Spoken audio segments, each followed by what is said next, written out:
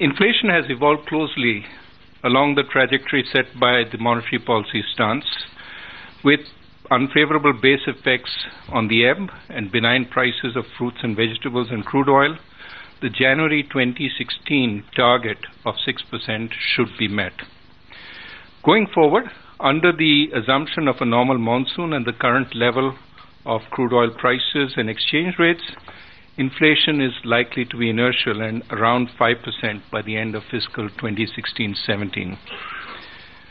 However, the implementation of the 7th Central Pay Commission award has not been factored into these projections and will impart upward momentum to this trajectory for a period of 1 to 2 years. There are certain aspects of this Pay Commission award that we can look through, however. The Reserve Bank will adjust the forecast path as and when more clarity emerges on the timing of implementation. Turning to the policy stance, the Indian economy is currently being viewed as a beacon of stability because of the steady disinflation, a modest current account deficit, and commitment to fiscal rectitude. This needs to be maintained so that the foundations of stable and sustainable growth are strengthened. The Reserve Bank continues to be accommodative, even as it leaves the policy rate unchanged in this review, while awaiting further data on the development of inflation.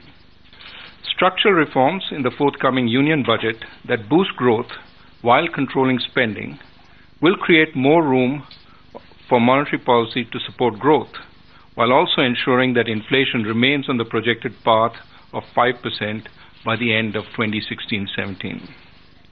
Now, turning to other matters, in keeping with the government's Startup India initiative, the Reserve Bank will take steps to ease doing business and contribute to an ecosystem that is conducive to the growth of startups.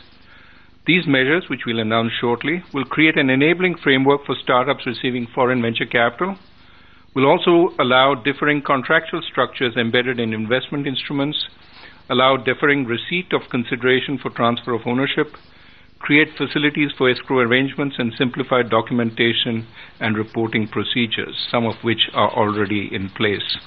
A detailed statement is being issued separately and should be available very shortly on the website. Now, over the last few quarters, the Reserve Bank has expanded the tools banks have to deal with stressed loans. We are now working with the government and banks to ensure that the stressed assets are recognized on a proactive basis and that bank balance sheets both reflect a true and fair picture and are adequately provisioned. It's important to note that provisioning prepares banks for possible loan loss, but if the loss does not materialize, it can be written back to profits. We mapped out various possible scenarios to determine the extent of likely stress and believe they're all manageable. The Finance Minister has indicated he will support the public sector banks with capital infusion as needed. Our estimate is that the support that has been indicated will suffice, especially when coupled with other capital sources that are usually available to banks. Our various scenarios also show that private sector banks will not want for regulatory capital as a result of this exercise.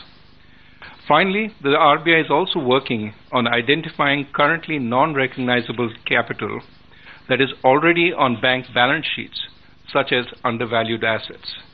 The RBI could allow some of these to count as capital as per Basel norms, provided a bank meets minimum common equity standards. We're also monitoring the recovery process to make it more effective. Following consultations with banks and NBFCs, we will shortly issue instructions further fine-tuning the JLF and SDR process. Finally, we monitor the liquidity needs of the economy on a continuing basis. We will use the entire gamut of liquidity instruments, including overnight and term repos, as well as open market operations, to ensure that liquidity is plentifully supplied and the weighted average call money rates hug the policy rate.